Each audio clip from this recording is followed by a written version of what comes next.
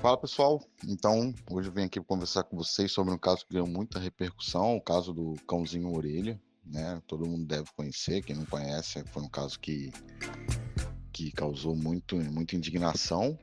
São quatro adolescentes, né, menores de 18 anos, que agrediram um cãozinho indefeso por pura diversão e levaram a vítima ao óbito. E aí o caso repercutiu, qual será a punição, qual será o desfecho desse caso. O canal Iconografia da História, do Joel Paviotti, reagiu ao caso também, faz uma leitura bem interessante da situação. Um questionamento em um vídeo que ele chamou de "Por que os jovens ricos não são punidos adequadamente no Brasil?". Basicamente ele diz que essa impunidade com relação aos crimes cometidos por jovens ricos ocorre por conta de 3 fatores básicos: acesso às leis, influência e empatia.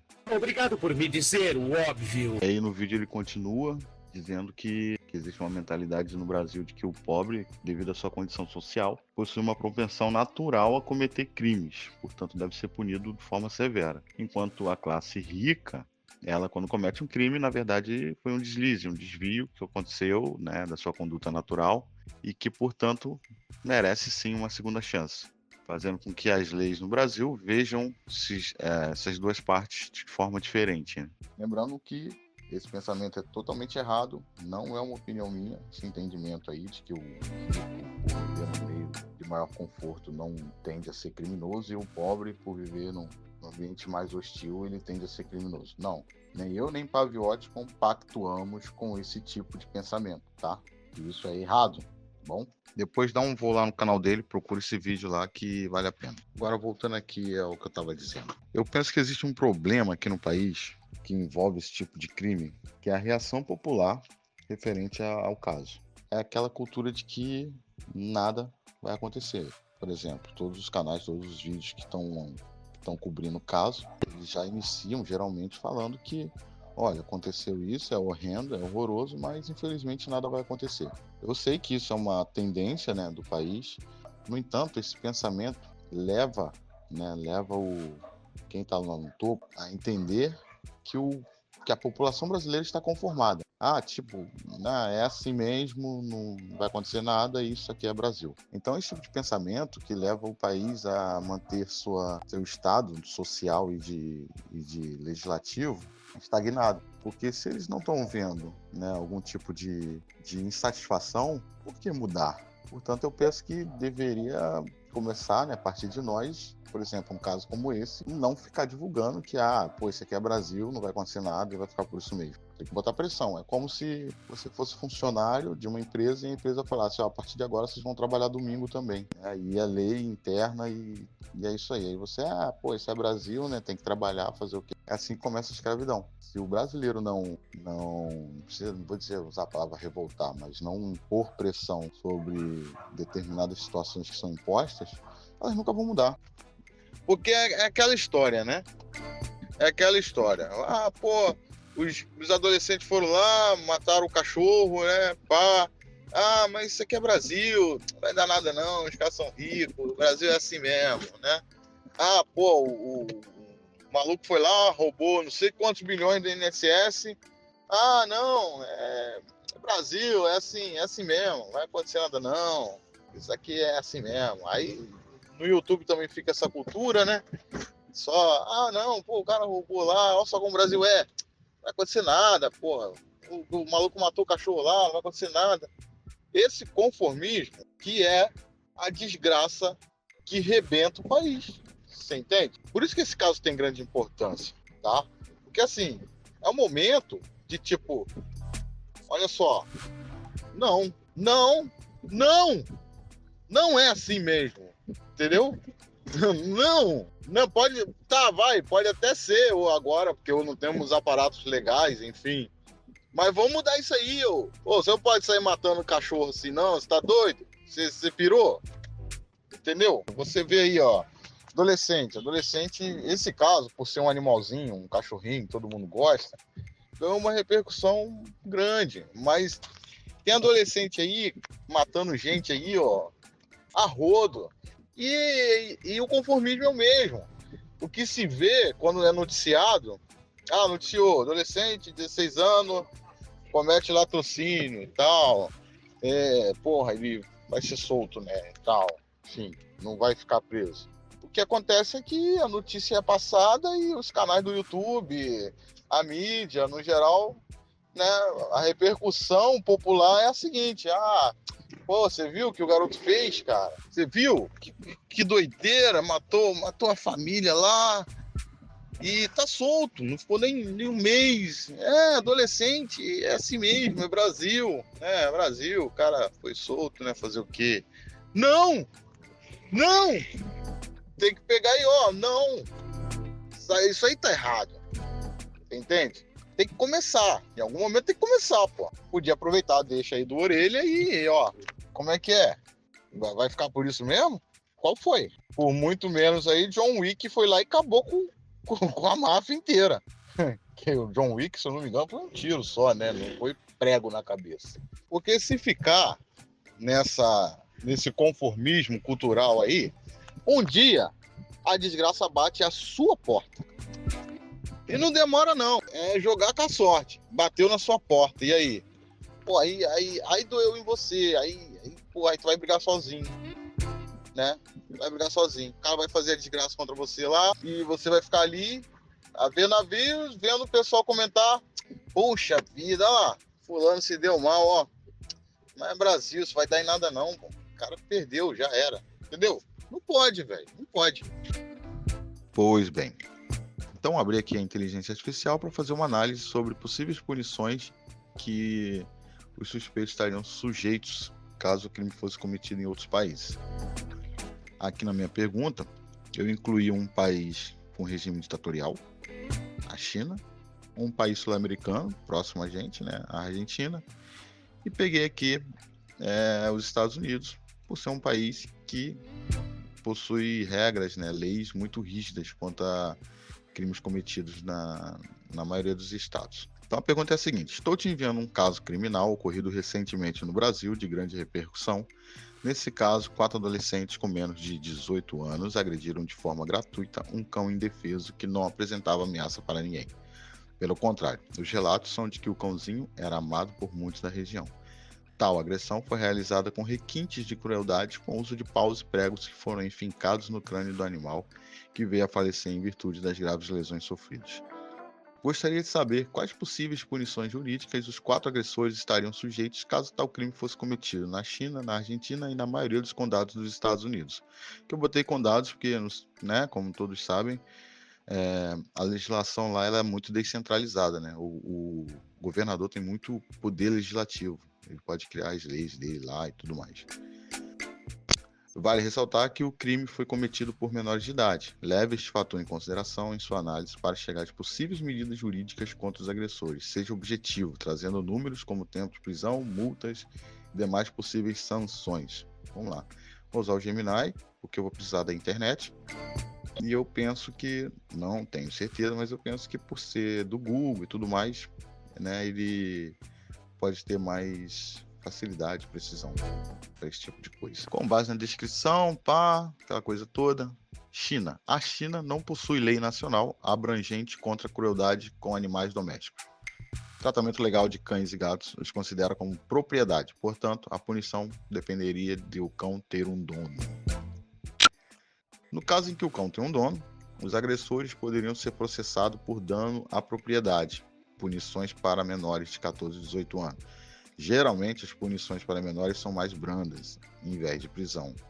É mais provável que recebam uma advertência, sejam obrigados a pedir desculpas e a pagar uma compensação ao dono do animal. A reabilitação e a educação são os focos principais. Abaixo de 14 anos não seriam considerados criminalmente responsáveis, mas seus guardiões poderiam ser obrigados a pagar uma compensação. Então, na China é o seguinte, animal doméstico, filho, é igual uma cadeira. Azar naval. Entendeu? Então, coitadinho dos bichinhos que vivem em regimes ditatoriais. Cenário 2. O cão é um animal de rua. Neste caso, é pouco provável que haja qualquer punição criminal, uma vez que não há uma lei específica que criminalize a crueldade contra animais de rua. Então, na China tá tudo liberado. Caraca, bicho, ditadura é sinistro mesmo, hein? A gente sabe o Brasil para onde está caminhando, né, gente? Então, assim, não vou entrar nesses casos políticos, não, porque não é a proposta do vídeo. Vamos lá.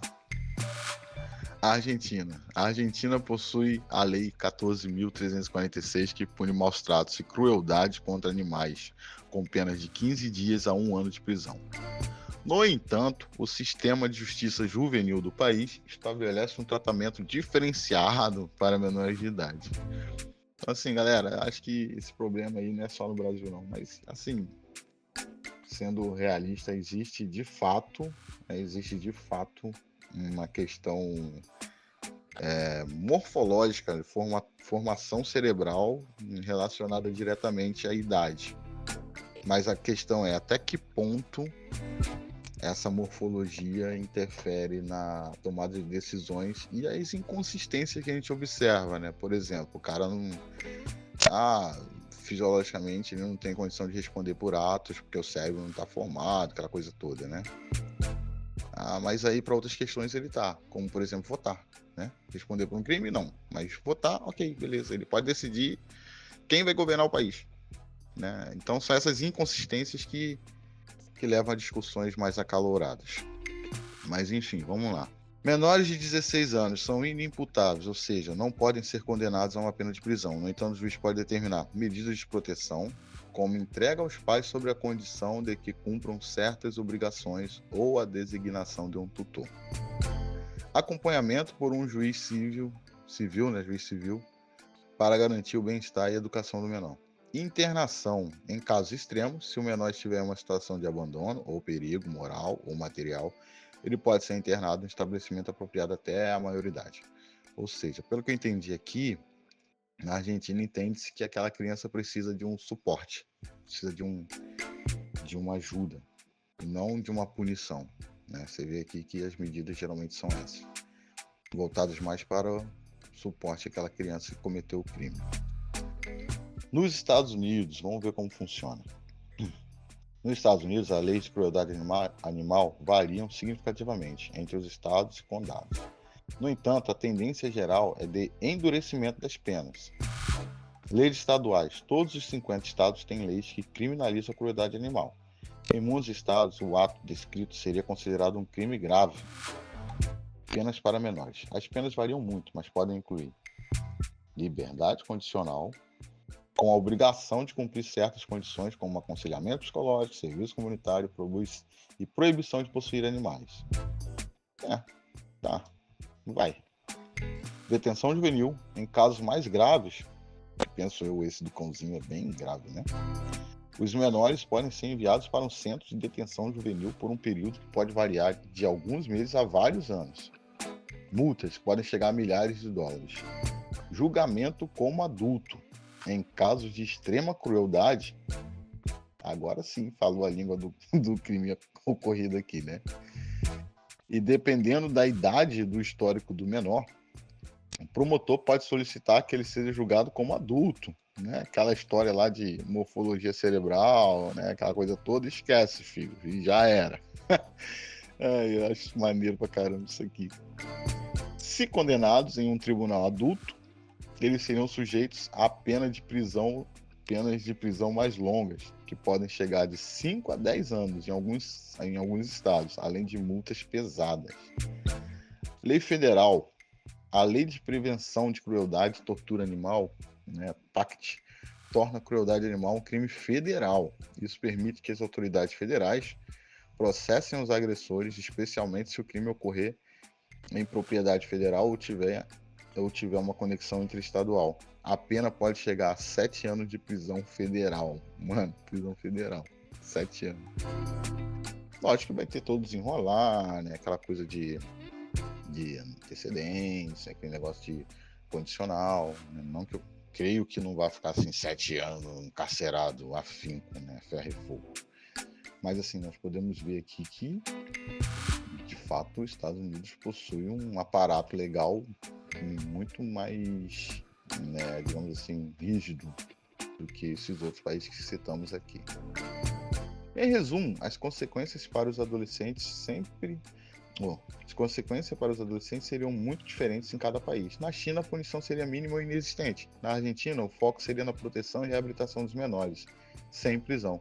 Nos Estados Unidos, agressores poderiam enfrentar consequências legais severas, incluindo a possibilidade de detenção juvenil ou até mesmo uma longa pena de prisão, se julgados como adultos. Show de bola. Agora eu vou perguntar aqui, Então, vamos lá, tive um probleminha aqui. Aí eu botei aqui, e você como enxerga o caso? Qual dos 3 países você acredita possuir melhor abordagem jurídica? Ao final me diga qual sua opinião. Quais medidas acredita serem apropriadas para um caso de crueldade como esse? Analisando o caso e as diferentes abordagens jurídicas, posso oferecer uma perspectiva baseada em princípios éticos e na eficácia das medidas. Como eu enxergo o caso? O caso que você descreveu é profundamente perturbador. Eu analiso não apenas como um ato de violência contra o animal, mas como um sintoma de questões mais profundas. A crueldade gratuita, especialmente quando praticada em grupos e com requintes de sadismo, é um forte sinal de alerta. A psicologia e a criminologia estabeleceram uma correlação conhecida como o elo, the link, que conecta o abuso de animais na juventude a uma maior probabilidade de violência interpessoal na vida adulta. Portanto, enxergo o ato de 2 formas. Uma falha ética grave, a agressão a um ser senciente e indefeso representa uma violação fundamental da ética, demonstra uma total falta de empatia e respeito pela vida. Um indicador de risco social, o comportamento dos adolescentes é um sinal de que eles próprios podem estar em um caminho perigoso, representando um risco não só para os outros animais, mas para a comunidade em geral. Análise comparativa das abordagens jurídicas, avaliando os 3 países do ponto de vista ético e de eficiência. China. A abordagem chinesa é, na minha avaliação, a menos evoluída ética e eficientemente. Ao tratar o animal como mera propriedade, a lei falha em reconhecer seu valor intrínseco e sua capacidade de sofrer. É ineficiente porque não oferece praticamente nenhum impedimento à crueldade contra animais de rua e não aborda os problemas comportamentais dos agressores. A Argentina. A abordagem argentina é eticamente mais sólida, pois possui uma lei que criminaliza a crueldade animal por si só. No entanto, sua eficiência é questionável, no que tange a menores de idade. Ao focar quase exclusivamente na proteção e reabilitação do menor, a lei pode ser percebida como branda demais, falhando em servir como um forte impedimento deterrente para outros jovens. Embora o foco na reabilitação seja positivo, a falta de uma punição mais consequente pode não refletir a gravidade do ato. Estados Unidos. A abordagem dos Estados Unidos parece ser a mais equilibrada entre ética e eficiência, embora com ressalvas. Ética. Ao classificar a crueldade grave como um crime e ter uma lei federal, o sistema legal americano reconhece a seriedade do ato, alinhando-se a uma visão ética de que infligir sofrimento extremo é um mal grave. Eficiência. As penas severas, incluindo a possibilidade de prisão, funcionam como um forte impedimento. A flexibilidade para julgar um menor como adulto em casos extremos permite que a punição seja proporcional à brutalidade do crime. A principal desvantagem é a variabilidade entre os estados e o risco de uma abordagem excessivamente punitiva, que pode negligenciar a reabilitação. Conclusão da análise. A abordagem nos Estados Unidos parece ser a mais robusta para o crime dessa natureza, pois trata o ato com a gravidade que ele merece e possui mecanismos para uma punição significativa, o que gera um efeito dissuasório mais forte.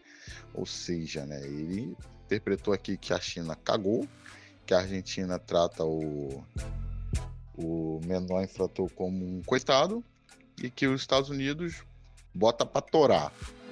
Mas é assim, a Argentina é típico de país sul-americano, né? China típico de ditatorial, né? E Estados Unidos sendo Estados Unidos. Então não teve muita surpresa, né?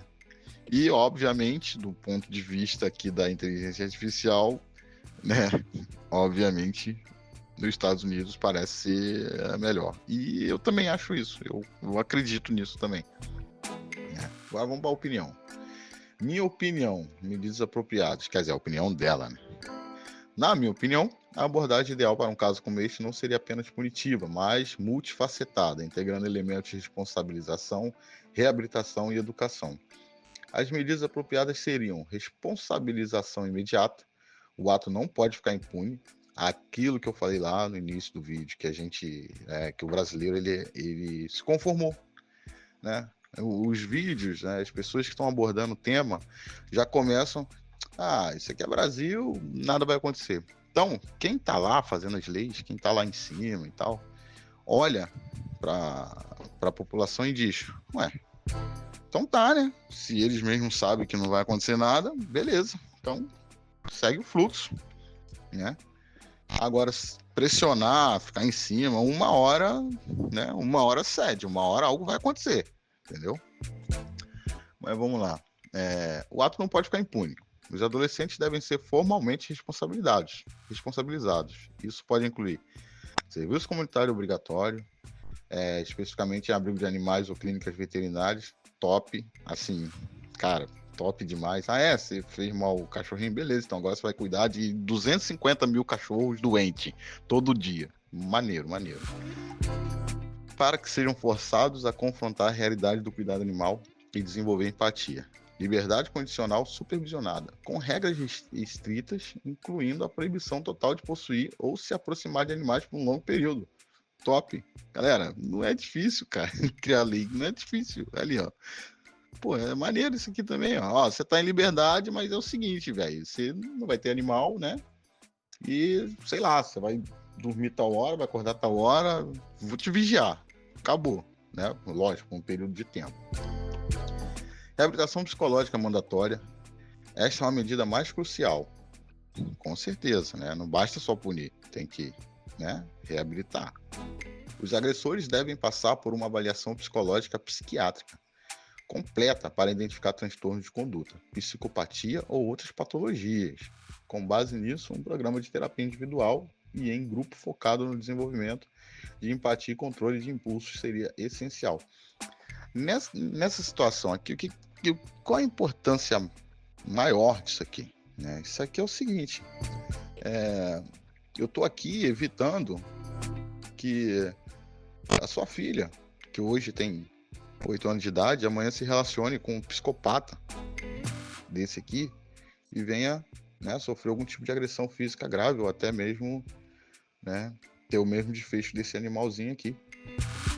Quando eu faço isso aqui, eu minimizo essa possibilidade. Não basta só você, vou punir, vou fazer. Isso aqui tem que ser muito levado a sério. Quando eu faço isso, eu estou salvando uma vida futura. Percebe? Assim, estou salvando uma vida no futuro. Eu estou interferindo no futuro. Estou quase fazendo uma viagem no tempo. Agora, se eu não faço isso aqui, só vou punir, né? Enfim, as outras medidas, esse menino vai crescer com a sua psicopatia, vai se relacionar com os demais e aí a merda acontece, né? É incrível. Eu trabalho em alguns lugares que eu vejo algumas coisas ruins, né? E eu fico pensando nisso. Eu vejo uma criança, eu penso, nossa, como é que uma criança dessa, que nem eu vi o caso uma vez de um cara que esfaqueou o rosto da mulher, a mulher veio a falecer, esses facão de cortar cano, mandou na cara dele. Como é que... Aí esse agressor foi uma criança um dia. O que aconteceu nesse meio tempo, se não me engano ele tinha 30 e poucos anos, nesse meio tempo entre uma criança dócil que você vê correndo, se tornar um monstro capaz de jogar facão na face de outra pessoa. Algo aconteceu naquele caminho, entendeu? E aqui que mora